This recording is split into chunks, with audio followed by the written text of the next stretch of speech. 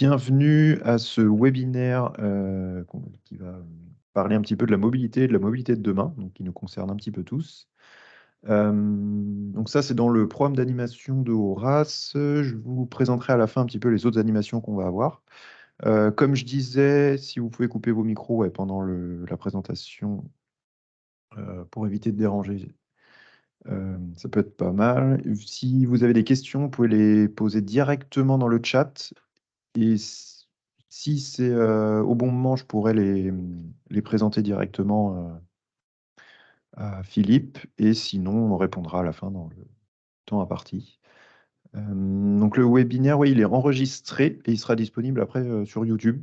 Et la présentation, normalement, vous sera envoyée. Donc, voilà, tout ça. Je vais laisser du coup Philippe se Ok, présenter et puis attaquer la présentation super. en webinaire. Euh, ok, donc enchanté de pouvoir intervenir devant vous aujourd'hui. Donc moi je suis donc l'expert Horace sur la partie mobilité. On a la société Properfi. Donc Properfi, nous on intervient, on est énergéticien de base et on intervient sur la conception justement d'infrastructures IRVE. Donc je vais revenir sur ces histoires de lexique pour les professionnels. Voilà, donc là, on va parler de la mobilité du marché tel qu'il évolue. Alors, il évolue vite. On va passer sur un certain nombre d'éléments techniques. Alors, je ne vais pas rentrer forcément dans le détail de tout, mais les gens qui sont intéressés, bien naturellement, je suis à leur entière disposition pour avancer plus précisément sur tous les sujets. Donc, n'hésitez pas à poser des questions, on reviendra sur les thèmes, et ensuite, s'il y a vraiment des précisions, bon, on pourra prendre contact par la suite, avec plaisir. Aujourd'hui, qu'est-ce qu'on fait, nous? Comme je vous le disais, on est énergéticien, donc on fait, notre premier métier, c'est de faire de l'efficacité énergétique. Mais bien naturellement, lorsqu'on parle d'efficacité énergétique, donc on va parler de décret tertiaire. Mais pour les entreprises, il y a le décret tertiaire, il y a la loi LOM, il y a la loi de biodiversité, il y a énormément comment dire, d'enjeux pour les entreprises. Et lorsqu'on parle de photovoltaïque, on va parler d'efficacité énergétique et d'IRVE, donc d'infrastructure de véhicules, de recharge pour véhicules électriques. Bien, en fait, finalement, on parle du même sujet parce qu'on va parler à la base d'énergie. Donc, nous, on va faire tout ce qui, pour la borne de recharge, tout ce qui est conception, installation, maintenance et supervision pour nos clients. Derrière, on a aussi, pour information, conçu et breveté une solution qui est globale, donc qui intègre les ombrières photovoltaïques, l'IRVE, le stockage énergétique et le management de l'énergie. Aujourd'hui, pour terminer la présentation très succincte, on a des clients partout en France, on couvre tout le territoire sur tous les sujets, donc à la fois les bornes de recharge, mais aussi la gestion énergétique. Et on accompagne des clients sur la production photovoltaïque. Pour revenir sur le contexte borne de recharge, donc il y a un contexte qui est très particulier parce que il y a une loi qui s'appelle la loi LOM, la loi d'orientation des mobilités, qui donne en fait la tendance et la trajectoire sur ce sujet. Et donc qui implique déjà l'interdiction de la mise sur le marché, ça on l'a tous entendu, des véhicules thermiques à un horizon très proche. Derrière, il y a aussi la création de ZFE, de zones à faible émission, donc là qui va avoir un impact naturellement sur les usages de tous les utilisateurs, mais aussi sur certaines activités pour des professionnels, typiquement les livreurs, ce genre de personnes, ou les artisans qui vont devoir se déplacer chez leurs clients en ville. Il y a une norme qui s'appelle la norme CAFE aussi, c'est Corporate Average Fuel Economy, et qui contraint en fait les constructeurs automobiles à respecter un niveau d'émission moyen sur le parc vendu sur une année. Alors ça, c'est un paramètre qui est super important parce que finalement, ils doivent payer une pénalité sur chaque gramme de CO2 supplémentaire en cas de dépassement. Donc je prends l'exemple de Volkswagen en 2019, qui était le premier constructeur européen qui était à 120 grammes de CO2 par kilomètre, donc par véhicule. Donc, s'ils restent cette année sur les mêmes valeurs, bah, ils auraient une pénalité qui serait absolument abyssale. Donc, ça justifie aussi le fait qu'aujourd'hui, tous les constructeurs font de la pub pour l'hybridation ou du véhicule électrique. Donc, on va parler de véhicules faible émission. Quand on parle de véhicules hybrides, donc on va revenir juste après, c'est une techno qui va plus être développée, donc on va de plus en plus s'orienter sur du full électrique. Full électrique, ça a aussi un impact sur le réseau. Donc, bien naturellement, il y a des gens, les syndicats professionnels de l'automobile, mais aussi RTE, les gens qui vont gérer le réseau, qui s'interrogent et qui font des projections sur ce que sera le marché et l'impact que ça aura sur le réseau. Et donc, bah, les RTE, typiquement, projettent 15 millions de véhicules en 2035, véhicules électrifiés. La loi LOM, voilà, dans un des cadres de la loi LOM, c'est aussi de donner une orientation et donner une stratégie aux entreprises, à savoir de prééquiper et d'équiper leurs sites. Donc, je ne rentre pas dans le détail de toutes les configurations, mais sur les bâtiments existants, il va y avoir trois grandes catégories, enfin deux grandes catégories, le résidentiel et le non résidentiel. Pour le non résidentiel, en fonction du nombre de places, eh ben, on va devoir respecter un niveau de prééquipement. Alors, le prééquipement, qu'est-ce que c'est? Ça, c'est une notion qui est très importante. Le prééquipement, c'est d'être en capacité demain de passer les câbles et d'avoir les sécurités électriques pour installer des bornes de recharge sur le parking. Ça s'arrête là. Donc, en gros, je récapitule. Si j'ai une armoire électrique avec la place pour mettre mes sécurités électriques et que j'ai mes chemins de câbles, je suis prééquipé. Et ensuite, en 2025, on va avoir une obligation d'équipement avec une proportion de place. Donc, en l'occurrence, 5% de place. Donc, ça, c'est important. Ça veut dire qu'un projet, même si une entreprise souhaite se dire, OK, j'ai un projet photovoltaïque, pour revenir sur ce que je disais tout à l'heure, ou de prééquipement ou d'équipement de bornes, bien, il faut déjà se poser la question de se dire, OK, comment est-ce que je prééquipe? Quelle est la capacité de mon réseau? Et comment est-ce que je peux faire quelque chose qui va éviter demain d'avoir des frais trop importants, en particulier sur un des trois postes. Il y a trois postes de dépenses qui vont être le génie civil, l'aspect électrique et après, naturellement, les bornes. Donc tout ça, quand c'est réfléchi intelligemment, bien écoutez, on arrive à réduire les coûts de manière importante. Les 5 axes, finalement, ça va s'adresser beaucoup au commerce parce que bah, eux, ils ont un enjeu pour rendre service à leurs clients, avoir un avantage concurrentiel, puis attirer de nouveaux clients. Les entreprises, pour rendre service aux collaborateurs. Les collectivités, bien naturellement, pour améliorer aussi la qualité de l'air et puis apporter un service aux usagers. Le résidentiel, parce qu'on y reviendra, mais une grande partie des recharges se font déjà à la maison, pour les gens pour qui c'est possible, ça c'est encore un autre sujet. Naturellement sur l'énergie, sur l'équilibrage du réseau, demain le stockage énergétique, le véhicule, donc là on va parler de véhicules to grid, véhicule to building ou de véhicule to home. Donc, beaucoup d'anglicisme pour dire que demain, l'outil de stockage énergétique pourra être le véhicule. Donc, ça veut quand même bien dire que les enjeux ne sont pas les mêmes en fonction de qui on est, en fonction des objectifs et en fonction des usages. Donc, systématiquement, en fait, il faut avoir une démarche qui sera personnalisée. Cette démarche, en fait, elle doit systématiquement passer par un certain nombre de questions. Déjà, c'est naturellement, savoir quel type de site on est, quel va être l'usage de la borne, à quel véhicule en fait je vais devoir recharger.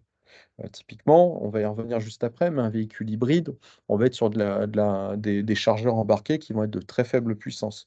Alors qu'un véhicule électrique, on va pouvoir monter beaucoup plus en capacité. Le cadre d'installation, est-ce que je veux monétiser? Est-ce que je suis en voirie? Est-ce que je suis sur un parking? Enfin, voilà. Et ensuite, suite à ça, eh bien, il y a un audit technique qui doit être fait systématiquement, donc avec l'analyse des usages. Donc, à qui ça s'adresse? Est-ce que ça va être plutôt à quelqu'un de sédentaire, donc quelqu'un qui est là longtemps sur site, auquel cas on va y revenir, mais il n'a pas besoin d'avoir beaucoup de puissance. Est-ce qu'il fait beaucoup de kilomètres? Faire ensuite une étude d'implantation, hein, donc avec du pré-équipement forcément, mais aussi du pré-équipement. Donc se dire, OK, comment demain potentiellement ça peut évoluer et comment est-ce qu'on peut le faire intelligemment. Ensuite, le dimensionnement électrique, naturellement, et ensuite l'ingénierie financière pour trouver un modèle économique pour les gens qui souhaitent monétiser. Ou pour les entreprises qui souhaitent aussi faire en sorte que ce ne soit pas un avantage en nature pour les gens qui n'ont pas de véhicule de fonction. Ça, c'est aussi un autre gros enjeu. Quelques rappels sur des termes importants. On va parler d'IRVE. Alors, IRVE, c'est infrastructure de recharge pour véhicules électriques. On va parler de courant alternatif, AC, courant continu, DC. On va parler de charge lente, normale et rapide. Donc, charge lente en dessous de 7 kW, charge normale, entre guillemets, inférieur à 22 kW, et tout ce qu'il y a au-dessus, ça va être de la charge rapide. Les fondamentaux aussi, on va parler de type et de mode. Alors, normalement, et juste pour votre info, c'est quand même assez important. Euh, Principalement, la technologie, on va parler de mode de charge. Donc, si je suis connecté, bah, pour un vélo, on va parler de mode 1. Lorsque je suis connecté sur une prise secteur avec le croc du véhicule, je vais parler de mode 2.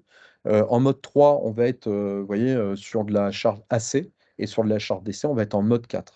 Et ensuite, il y a des types de prises qu'on va voir juste maintenant. Deux types de prises principales, parce que ça, c'est très normalisé, avec la première, tout celle qu'on va retrouver sur tous les véhicules, qu'ils soient hybrides ou électriques, qui est la T2. Voilà.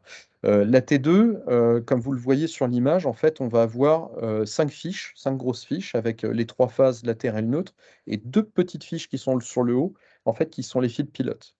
Et ça permet de recharger les véhicules électriques et les véhicules hybrides sur toutes les bornes de recharge. Naturellement, point important, un véhicule hybride, il a un convertisseur embarqué qui va être de faible puissance. Donc ça, c'est important pour ce qu'on va voir juste après. Parce que, voilà, en général, on va être entre 3 et 7, ce qui représente la majorité du marché. Les véhicules, quand on monte en gamme en full électrique, on va monter jusqu'à 11 kW. Et ensuite, il y a la Renault Zoé et enfin Renault de manière générale, qui a de la conversion jusqu'à 22 kW. Pour information, les constructeurs européens sont en train de réfléchir justement à monter et à revenir sur du 22 kW. Et donc finalement, demain, peut-être que tous les constructeurs vont se caler sur Renault, ce qui pourrait être une bonne chose parce qu'aujourd'hui, beaucoup de bornes ouvertes au public sont des bornes 22 kW. Derrière, sur la charge DC, donc en courant continu, là, on va pas avoir les mêmes limites parce que forcément, on passe pas par de la conversion dans la voiture. On va charger directement sur la batterie finalement, si je dois schématiser. Et on a deux prises. Donc, on a la CHAdeMO. CHAdeMO qui va disparaître au 1er janvier 2025. Maintenant, elle existe encore, qui était le standard asiatique, donc qui était utilisé sur Nissan, enfin les véhicules asiatiques. Et ils ont perdu la bataille normative. Et donc, le standard sera et déjà d'ailleurs pour la plupart des constructeurs, le combo CCS. Alors pourquoi ça s'appelle combo? Parce que si vous regardez la partie supérieure de la prise, on retrouve la T2, sauf qu'il n'y a plus les trois phases forcément. Et en dessous, vous avez le plus-moins qui permet de recharger en courant continu. En termes de techno, donc il y a trois technos voilà, qui ressortent. On va avoir donc le full élec. Bon, bah, c'est simple, hein, je me branche, je passe par la batterie, j'ai le moteur électrique, je consomme, et ainsi de suite. Le véhicule hybride rechargeable, qui est le standard aujourd'hui, donc avec je recharge une batterie, j'ai mon moteur électrique, je peux faire le plein de carburant, et derrière, je vais avoir un ECU qui va manager les deux technos. Et ensuite, on va avoir le véhicule hybride à la mode Prius ou Toyota, où là, c'est le véhicule thermique qui va recharger la batterie via un alternateur interne. Et donc là, pas besoin de se brancher sur le réseau. Alors, les deux technos qu'on a, donc hybride et hybride rechargeable, sont des technos qui techniquement sont enfin, les plus rassurantes pour les clients, mais qui sont les moins pertinentes parce que l'ennemi dans la mobilité, c'est le poids. Et forcément, si je cumule le poids un moteur thermique avec des batteries, bah, je viens pénaliser le rendement et donc surconsommer, que ce soit en élec ou en thermique.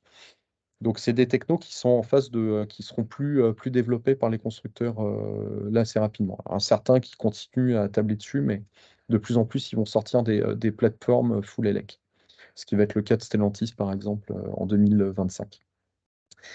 Le bilan carbone, c'est souvent quelque chose qui revient. Donc, il y a des études, une étude qui a été faite par le MIT. Donc, bon, désolé, ça va être des dollars, mais que je trouve plutôt bien faite, et qui va comparer en fait les différents véhicules, que ce soit élec, hybride ou thermique.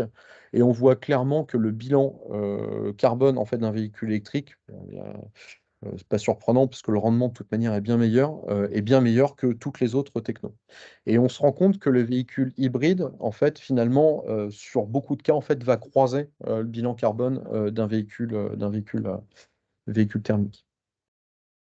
Dans l'usage, je pense que parfois il est même supérieur parce qu'il y a beaucoup de gens qui ne vont pas recharger et donc ils vont surconsommer en thermique. Le marché aujourd'hui, donc ça, j'ai pas mis la source, il faudrait que je la rajoute, mais la source, c'est l'AVER, qui fait un état des lieux en fait assez fréquent sur le marché, sur l'évolution du marché. Et on voit clairement que le nombre d'IMAT explose. Donc d'ailleurs, historique, ce qui s'est passé cet été avec un nombre d'immatriculations en élec qui a dépassé le nombre d'IMAT diesel. Et on voit clairement que la quote-part des véhicules full électriques augmente de manière significative. Derrière, on voit aussi que l'évolution des points de charge, lui, a évolué. Donc, il y avait un certain nombre de critères qui ont été mis par l'État, d'objectifs, avec l'installation de bornes de recharge rapides. Donc là, bonne nouvelle, 90% des stations-service sont équipées en superchargeur, donc en DC avec des puissances supérieures à 200 kg. Mais on voit quand même que la majorité aujourd'hui des points ouverts au public sont des bornes AC. Alors, la borne AC, on va y revenir, mais finalement, c'est une borne qui correspond bien à un usage pour une entreprise, un usage plutôt sédentaire, mais pour une recharge et pour faire son plein, entre guillemets, qui n'est pas la solution la plus pertinente. Et on voit qu'il y a une disparité assez importante en fonction des régions. Donc, ce qui peut s'expliquer, hein, si on compare par exemple l'Île-de-France avec une région bien plus rurale, forcément en Île-de-France, on va avoir beaucoup de points de charge, beaucoup plus en proportion de points de charge AC. euh, voilà, pour des recharges en stationnement en ville, particulièrement.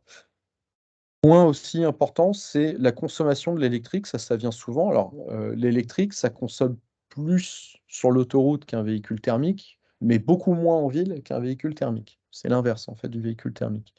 Et les conditions météorologiques, forcément, ont un impact. Donc, il y a des tests qui ont été faits. Donc, il y a des consommations WLTP. Alors, ça, c'est toujours les consommations homologuées. Alors, dans la vraie vie, il y a toujours un écart, forcément. Mais on voit qu'il y a un impact de la température. On voit clairement que, par exemple, la Zoé ou la i208 vont être à 14 kWh au 100 km dans des conditions normales. Donc, en conditions normales, c'est à 23 degrés de température ambiante. Par contre, forcément, si je suis à moins 10 degrés, pour le même usage, je vais passer à 19 kWh.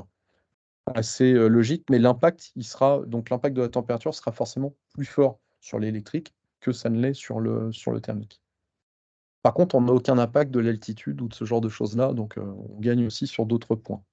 Donc c'est clairement un autre usage, mais ça c'est aussi très important parce qu'en fonction de l'endroit où je suis et de l'usage que je vais avoir du véhicule, et en fonction de ma courbe de charge et de mon bâtiment, bah forcément je vais avoir des besoins différents et je vais devoir créer une infrastructure qui peut être aussi différente. On a comparé voilà, avec des prix de marché, alors on ne les tient pas à jour parce que ça bouge trop, mais en regardant le coût au litre voilà, des technos qui existent aujourd'hui. Donc on a considéré uniquement l'usage, c'est-à-dire je fais le plein, je conduis, je ne considère pas les coûts liés à la maintenance, aux révisions et à ce genre de choses-là. Je regarde que l'aspect carburant.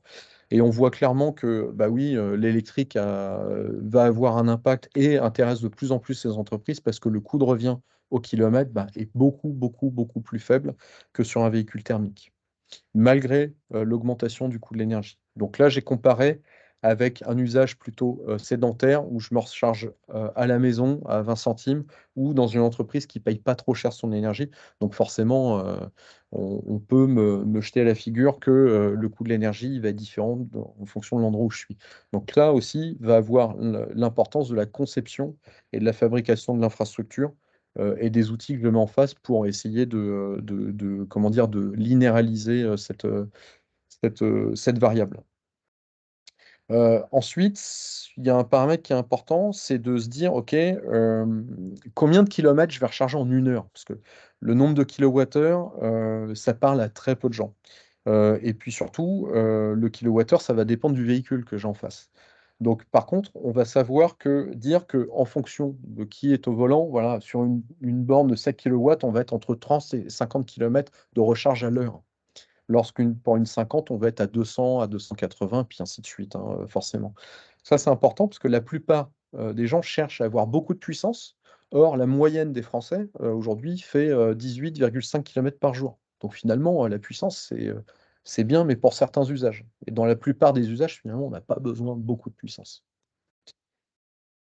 La qualité de la charge, elle va dépendre de 3 paramètres. Donc elle va dépendre de la borne, naturellement. Elle va dépendre du câble. Alors il y a des gens qui vont acheter, sur des sites internet, des câbles, moins chers. Donc un câble, ça reste un tuyau, donc forcément, si j'achète un tuyau plus petit, bah, j'ai moins de débit. Le BMS, donc le Battery Management System du véhicule. Ça, c'est très important puisque si je prends ma voiture électrique, que je la branche sur une centrale nucléaire qui est capable de donner énormément d'énergie, la voiture, si elle demande 20 kilowatts, elle aura 20 kilowatts et on n'aura jamais plus. C'est souvent une question qui vient avec des gens qui se branchent avec un hybride et qui se disent, je ne comprends pas, c'est une borne 22 kilowatts, mais moi, ça recharge à 3. C'est normal, le véhicule n'accepte pas plus.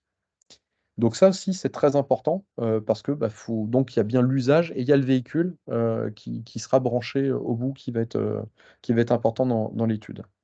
Ensuite, il peut y avoir aussi des fausses bonnes idées. Il y a des gens qui vont se dire, bah, OK, moi, j'ai une capacité énergétique sur mon bâtiment, donc ce que je vais faire, c'est que je vais acheter des bornes 22 kilowatts et je vais les brider en 11. Alors ça, je le montre sur un tableau, c'est souvent une mauvaise idée parce que comme je le disais, ça dépend du chargeur, du câble et du véhicule. Si j'ai un véhicule qui demande 11 kilowatts, que j'ai une borne à 7 kilowatts, ou l'inverse, j'ai un véhicule qui demande 7 kilowatts, j'ai un câble qui me laisse passer mes 7 kilowatts et j'ai une borne de 11 kilowatts, bah, je ne vais pas recharger à 7 ni à 11, et je vais recharger à 3 kilowatts parce que je vais utiliser qu'une seule des phases et donc on va être en triphasé, donc je vais être à 3,6 kilowatts. Donc ça aussi, c'est important de la manière dont on va concevoir et il y a quelle borne et quelle techno et quelle infrastructure pour quel usage et pour quelle entreprise. Là, je donne un exemple qui représente, alors c'est un truc qui arrivera, jamais parce qu'aller à 100 d'ailleurs, ça dégrade les batteries, donc il vaut mieux éviter. Maintenant pour la simulation, voilà, je l'ai simulé. Si je prends une borne de 22, une borne de 11, une borne de, 7 et une borne de, 3 kilowatts ou une prise renforcée, hein, typiquement, sur une Zoé, sur les 4 courbes que vous avez là, en fait, j'ai strictement mis la même quantité d'énergie. Donc en fait, vous voyez que la variable, ça va être le temps. Donc c'est bien, l'usage, qui va être déterminant. Si je fais la même chose pour, quelqu'un qui va mettre une borne à la maison, typiquement, j'ai pas besoin d'avoir beaucoup de puissance. Vous voyez qu'avec une borne de 7,4 kilowatts, je me branche à minuit, le lendemain matin, dans tous les cas, j'ai le «plein» entre guillemets. J'ai fait le plein de ma batterie. Alors, il y a un paramètre qui va être important sur la batterie, ça va être l'effet de tapering. Alors qu'on va pas retrouver, on va le voir juste après sur les véhicules, sur les bornes AC, puisque l'impact va être négligeable. Par contre, sur les bornes d'essai, sur le superchargeur, c'est pareil, il y a des entreprises, enfin qui vont se dire, bah, moi je veux une borne, ou des gens qui vont se brancher sur une borne de 350 kilowatts. Très bien. Le véhicule, en fait, finalement, lui, il va avoir un effet, c'est-à-dire qu'il va demander beaucoup d'énergie et puis très rapidement, en fait, très rapidement en fonction des véhicules, il va en demander de moins en moins. Ça, c'est lié à un phénomène physique. Donc, si on doit imager un peu la chose, imaginez des gobelets dans une pièce qui sont vides et puis vous voulez les remplir très rapidement. Eh bien, je vais jeter de l'eau au début, ça va aller très vite. Donc, je vais avoir un gros débit. Puis, petit à petit, si je veux remplir tous les gobelets précisément, je vais prendre un pichet, je vais les faire un par un, donc forcément, je réduis le temps. L'électron, ça va faire exactement la même chose et ça a un effet, c'est pour arriver de passer de 20 à 80, on va mettre autant de temps quasiment que de passer de 80 à 100. Donc l'impact, en fait, de cet effet-là est super important aussi sur l'usage qu'on va en avoir. En fonction des fabricants, on va avoir des effets et des courbes qui sont complètement différents. Alors, là, c'est Source Automobile Propre qui est plutôt, voilà, plutôt pas mal fait. Alors, j'ai noté deux trois choses qui sont à corriger. Par exemple, sur la courbe du milieu, en fait, la puissance, elle est de 3,2 kilowatts.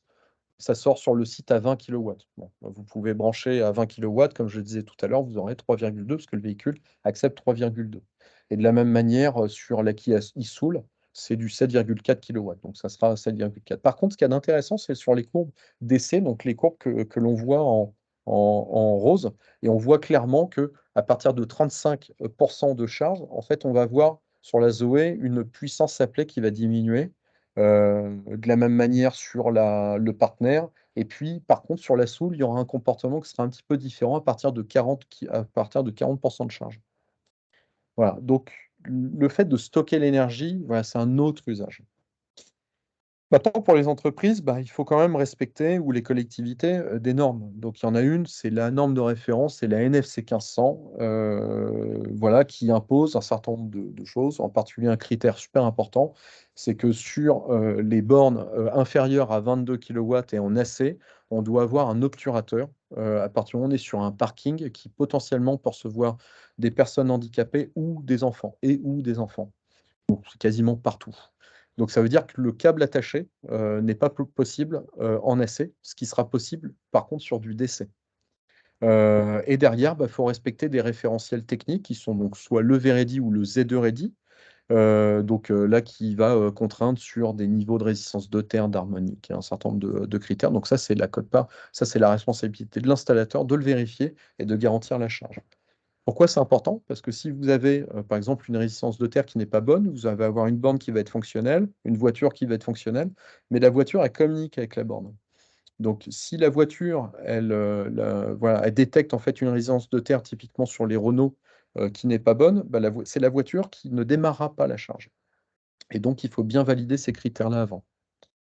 Donc c'est un des critères, mais il y a beaucoup de critères qui rentrent en ligne de compte. Donc la qualité de l'installateur est vraiment super important. Donc à l'époque, on parlait des primes à devenir. Donc le cadre à devenir, il a beaucoup, beaucoup changé parce que c'était très incitatif. Donc maintenant, il y a beaucoup de primes qui ont disparu.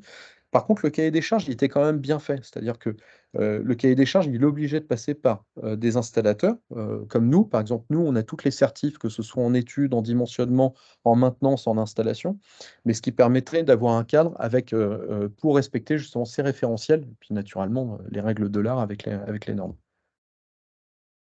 Donc ça veut dire que systématiquement, il y a un truc qui est important, il faut, bien choisir en fait, l'installateur, et de vérifier les certifications et ses capacités installées. Bon, il y en a certains qui vont être très, très compétents pour installer des petites bornes non connectées, puisque voilà. Par contre, ils vont, c'est pas enfin, c'est un autre métier après d'aller chercher de la borne qui va être en OCPP, qui est le standard de communication des bornes de recharge. Donc ils ne sauront pas forcément faire, ou ça va pas être leur truc. Voilà. Donc, mais il faut avoir le professionnel qui est capable d'installer et de concevoir l'infrastructure adéquate. Ensuite, il y a le pilotage énergétique, c'est-à-dire qu'une étude, c'est pas simplement je tire, je dimensionne mon câble, je mets une sécurité électrique, je regarde si j'ai de la place dans l'armoire. C'est de se dire, OK, potentiellement, je vais avoir tel ou tel besoin sur un site ou un endroit. Quelle est ma capacité énergétique? Déjà, qu'est-ce que je suis capable de faire? Un exemple très simple, sur un tarif bleu, jusqu'à 36 kVA, bah, je ne vais pas mettre 2 chargeurs de 22. Voilà. Ou si je le fais, bah, il faut que je sois capable de faire du pilotage dynamique, c'est-à-dire de mesurer ce qui se passe sur le bâtiment et de prioriser le bâtiment. Ça existe. Voilà, donc l'aspect disponibilité est super important. Donc finalement, le démarche d'un projet, c'est quoi? C'est du bon sens, hein, ce que je vais vous dire, mais c'est de solliciter voilà, un professionnel qui doit collecter des besoins, comprendre les besoins, faire une analyse technique, et ensuite d'avoir une approche qui sera une approche personnalisée. Derrière, forcément, il va restituer, et ensuite, bah, une fois que le client final décide, bah, là, c'est mis en œuvre. Mais il y a bien les 3 premières étapes là qui sont primordiales. C'est-à-dire de bien comprendre qui on est, l'aspect énergétique, quel est le besoin, quel véhicule et quel va être l'usage. Et là, on peut commencer à travailler. Donc après, il y a beaucoup de cadres, qui vont être à chaque fois différents. Par exemple, il va y avoir le résidentiel avec, bah, les collectifs, enfin, ou les copros, résidentiels, ou les copros pro, avec des entreprises. Donc là, avec, une démarche qui doit être, enfin, particulière. Une démarche aussi, un parcours qui sera personnalisé pour les entreprises, donc là où on va aller chercher vraiment l'analyse du besoin par rapport à son parc véhicule. Qu'est-ce qu'il veut faire, ses utilisateurs? Les gens aussi qui potentiellement auront demain des véhicules électriques qui ne sont pas des véhicules de fonction. Donc quid de ce qui se passe? Est-ce ils peuvent recharger gratuitement? Parce que demain, ça va être un avantage en nature. Comment est-ce qu'ils gèrent, je dirais les relations entre le personnel? Parce que, à un moment, il y a une justice aussi sociale. Celui qui a un véhicule électrique, bah, celui qui n'en a pas, il peut lever le doigt en disant: «Attendez, vous êtes gentil, mais moi je fais le plein». Donc forcément, il y aura un aspect monétisation pour, faire quelque chose qui soit juste. Voilà, et ensuite créer un modèle économique et surtout mettre en place des outils qui permettent aux entreprises de ne pas complexifier la gestion qui est déjà compliquée pour les entreprises. Donc ça, il y a les outils qui existent. Il faut juste bien concevoir l'infrastructure à la base. Donc encore une fois, l'avant est hyper important. Juste pour revenir sur l'énergie, donc ça c'est une courbe de charge qui n'existe pas, mais je suis parti sur une base 100 pour montrer la chose. Donc on considère une entreprise qui consomme zéro la nuit, ça n'existe pas, mais enfin, qui commence à travailler le matin, les gens partent déjeuner le midi, ils reviennent à 14 heures, ils partent à 18 et puis les derniers à 20 heures. Bon, je mets trois bandes de 20 kilos, voilà, bah, ma nouvelle courbe de charge, forcément, ça sera l'addition de ces courbes-là. Et là, typiquement, je peux me retrouver devant des problématiques de dépassement de puissance souscrite, d'augmentation, de renforcement de réseau ou voire pire de coupure. Donc ce qu'il faut, c'est de bien étudier ça et soit créer un réseau qui sera dissocié ou alors de faire du pilotage dynamique, c'est-à-dire de prioriser le bâtiment, donc de mesurer et derrière de commander les bornes en disant, mesdames les bornes, là le bâtiment il a besoin d'énergie, donc temporairement vous prenez un peu moins d'énergie et de garantir qu'il n'y aura jamais de dépassement de puissance souscrite lié à la recharge des véhicules. Et là, ça peut être fait par différents moyens. Donc, derrière, il y a Enedis, forcément, qui travaille énormément sur ces sujets-là. Alors, je vais revenir juste sur un point sur les copros. Enedis, d'ailleurs, a mis en place euh, les installations avec la colonne horizontale, donc la NFC 1400. Donc, pour les gens qui ont des copros en habitation, c'est une super solution, parce que pour le coup, c'est le gestionnaire public qui créera son réseau et qui créera un compteur pour tous les gens qui veulent avoir une borne. Donc là, c'est hyper flex. C'est ce qui coûte le moins cher pour l'utilisateur final et c'est ce qui, à mon sens, offre le plus de garanties aussi en termes de souveraineté, en tout cas de son parking. Voilà, donc derrière, on va pouvoir piloter la charge en fonction des euros. On va pouvoir aussi gérer les appels de puissance. Donc là, c'est de la commande, de envoyer plus de puissance, la réduire. Voilà, une fois qu'on a un algorithme qui sait quel sera le comportement du site, quand on a une courbe de charge qui est connue, en tout cas plutôt stable. Euh, Derrière, on va pouvoir aussi gérer ça, donc lier ça avec du photovoltaïque. Donc là, on arrive sur des projets qui vont être vraiment globaux. C'est-à-dire, de plus en plus, les entreprises vont se dire, mais attends, moi, je veux autoconsommer, ce qui a du sens, mais potentiellement, bah, en termes d'autoproduction, donc je veux autoproduire le plus possible, mais si j'autoproduis beaucoup, il y a un moment donné, je vais avoir du surplus. Bah, ce qui est génial, c'est que quand on pilote bien l'IRVE, bah, on va pouvoir dire, OK, bah, le surplus, j'ai commandé à ma borne de démarrer sa charge un petit peu plus tard, mais là, j'ai de l'énergie gratuite. Donc, je vais dire aux bornes, mesdames les bornes, allez-y, prenez l'énergie, c'est gratuit et on évite le surplus. Et demain, on va être capable aussi de déstocker la batterie sur le bâtiment. Alors sur le réseau, je pense que c'est un enjeu qui est énorme, voilà, mais en tout cas sur le bâtiment, ce qui permettra aux entreprises bah, typiquement de produire beaucoup d'énergie, de la réutiliser plus tard sur des véhicules qui sont sur parc. Voilà, donc il y a eu des tests de fait. Maintenant, quand est-ce que ça arrivera? Là va arriver un nouveau protocole qui sera l'ISO 1518. Alors, je ne vais pas vous casser la tête avec des termes de ce type-là, mais ça va être le plug and play pour les véhicules. Donc, en gros, aujourd'hui, sur un véhicule, vous pouvez démarrer une charge, soit voilà, je me branche sa charge, je ne commande pas, ou en passant des badges, donc soit les badges de l'entreprise, des badges d'opérateurs de mobilité, ainsi de suite. Demain, le badge, il va être embarqué sur le véhicule et donc vous allez brancher votre véhicule, un petit peu comme ça se passe pour les gens qui roulent en Tesla sur les stations Tesla. Vous branchez, la voiture, elle s'identifie, vous êtes connu, vous débranchez et ensuite, voilà, il n'y a pas aucune manipulation avec un badge. Et ça permettra de configurer sa batterie justement et de dire, bah moi, au-delà d'un certain niveau, j'accepte de redonner de l'énergie ou de la revendre. Et donc là, il pourra y avoir des échanges avec le véhicule. Donc là, on va parler d'ISO 1518 et on va parler d'OCPP 2.0. Donc là, on est déjà au 2.0.1. Et donc là, ça devrait arriver, les tests à partir de l'année prochaine. Donc techniquement, ça fonctionne. Par contre, il y a des enjeux vis-à-vis des constructeurs automobiles en termes de communication de data en particulier. Donc, à mon avis, ça va être les derniers échanges qui vont être faits sur le sujet. Voilà, donc tout ça pour dire que finalement, chaque projet, une borne, si vous voulez, c'est pas simplement j'arrive, je la pose, je l'installe. Alors ça, c'est possible, sauf que les gens qui vont procéder ainsi, bah, vont se retrouver devant une problématique demain, c'est-à-dire, bah, tiens, je vais en rajouter une parce que mon besoin a évolué et le besoin, il évoluera. Bah, en fait, potentiellement, je suis obligé de tout faire, je suis obligé de tout casser, je suis obligé de tout changer. Donc ça veut dire qu'à partir du moment où on met la première borne, ce qu'il faut, c'est déjà de se dire: «OK, comment est-ce que potentiellement ça peut évoluer et comment est-ce que je peux construire une infrastructure qui me permet d'évoluer en évitant les gros coûts, et éviter de casser pour tout refaire?» Donc bah, pour les gens que ça intéresse, bah, nous on travaille justement, sur ces sujets-là, donc dans le cadre, de l'expertise, Horace. Donc, on pose les diagnostics, on va, vous accompagner et faire la mise en œuvre et derrière on vous, met en place des outils qui sont toujours des outils open source. Ça c'est important pour que vous soyez libre, voilà, qui permettent de maîtriser les consommations, de travailler sur l'interopérabilité ou pas et de gérer aussi les évolutions technologiques ou demain potentiellement de changer de fournisseur de bornes. Voilà. Donc ça c'est important de ne pas être sur un format trop propriétaire. Voilà, j'ai essayé de tenir le délai.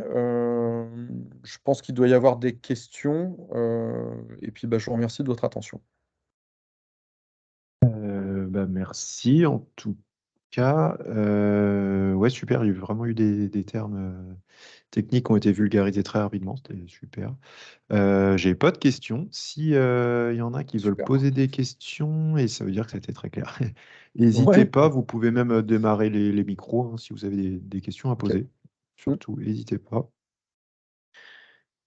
Euh, hop, je sais pas si vous avez le pouvoir de débloquer vos micros, je pense que oui. Euh, N'hésitez pas. Donc, il y en a qui disent que ça a été très clair et qu'il n'y a pas de questions. Oh, c'est super ça.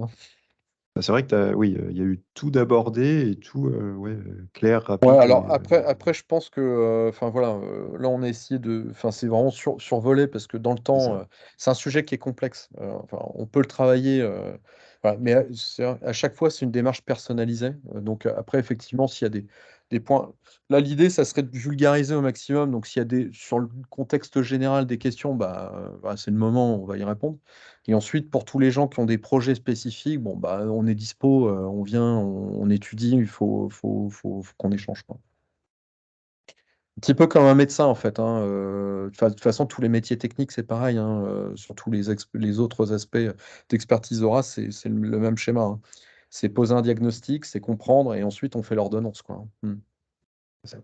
Surtout que cette thématique-là, est, parce que je vois dans les entreprises, est souvent très simplifiée, hein. Les gens, voilà, ils mettent une borne, ils réfléchissent pas, Ouais, ou ils alors achètent une voiture électrique, ils réfléchissent pas trop non plus, quoi. ouais, nous, on est souvent appelés, alors de plus en plus, hein, par des entreprises qui ont fait des infrastructures et qui ont besoin de les refaire, parce qu'en fait, ils se sont auto-bloqués. Parce qu'ils ont d au je peux comprendre, hein, il y a beaucoup de chefs d'entreprise, c'est pas leur sujet, ou des responsables de site, c'est pas leur sujet. Et on leur dit: «On a besoin d'une borne ou 2 bornes». OK, on fait simple, tu veux une borne, on l'installe, puis basta, quoi. Sauf que, bah, ouais, sauf que en fait, ça devient un sujet, même pour les gens qui, il y a 1 an ou 2 ils croyaient pas trop. Aujourd'hui, ils y passent tous. Aujourd'hui, les grosses boîtes sont obligées de renouveler leur parc de véhicules. Donc ils se disent: «Bah, OK, mais là, potentiellement, je vais avoir 20 véhicules, comment est-ce que je fais, quoi?» Bah, ouais, mais en fait, je peux plus, rajouter de bornes, donc je suis obligé de recasser ou de refaire une infrastructure. Alors que si ça avait juste en fait, on fait un métier où il faut vraiment prendre son temps, faut prendre un petit peu de son élan et de se dire: «OK, on essaye de viser, de faire un truc qui soit intelligent» et l'idée c'est OK, le jour où un client souhaite évoluer, logiquement, si ça a bien été fait, il a juste appuyé sur le bouton, on met la sécurité électrique, on tire le câble, on installe la borne, ça marche. Ça, c'est quand c'est bien fait. Donc très souvent, on est obligé de les refaire. Les infras, donc on est souvent consulté par des boîtes pour refaire ce qui a été fait, ce qui est dommage. Parce que c'est à l'inverse du développement durable, hein, finalement, hein. Le développement durable, c'est justement, de se dire: «OK, comment est-ce que je peux faire en sorte de ne pas consommer trop de ressources?» Et donc de bien préparer les choses. Et en plus, c'est un aspect économique, c'est ça coûte beaucoup moins cher de bien le faire, accessoirement, voilà. Ok. En tout cas, merci. Je vais représenter un petit peu rapidement les prochaines animations qu'on a. J'ai repris l'écran, normalement, vous devriez le voir. Ouais, Euh, Donc, du coup, oui, dans nos prochaines animations qu'on a là dans le mois à venir, on a monitoring de l'énergie, mais ça, c'est quand même plus pour les agroalimentaires. Je crois pas qu'il y en a là. On a, oui, atelier de sensibilisation aussi, ça sera plus pour les agroalimentaires, je pense. Ce sera un peu spécifique. Et on a le cycle WebTech bilan carbone qui arrive. En gros, c'est plusieurs webinaires, dont le premier webinaire, on va dire, qui est information, et les webinaires d'après qui vont être, peut-être qu'on les prend en physique si tout le monde n'est pas loin, qui vont vraiment être des ateliers de travail sur le bilan carbone de l'entreprise, avec un expert. Donc, on fera début octobre. Et sinon, si vous êtes dans le coin de Saint-Nazaire, on a la matinale de l'énergie le 17 octobre. Donc voilà, n'hésitez pas à aller sur notre site pour aller chercher un petit peu toutes ces infos. Donc là, merci à Philippe et à Properfy Avec plaisir. pour ces informations très claires et précises.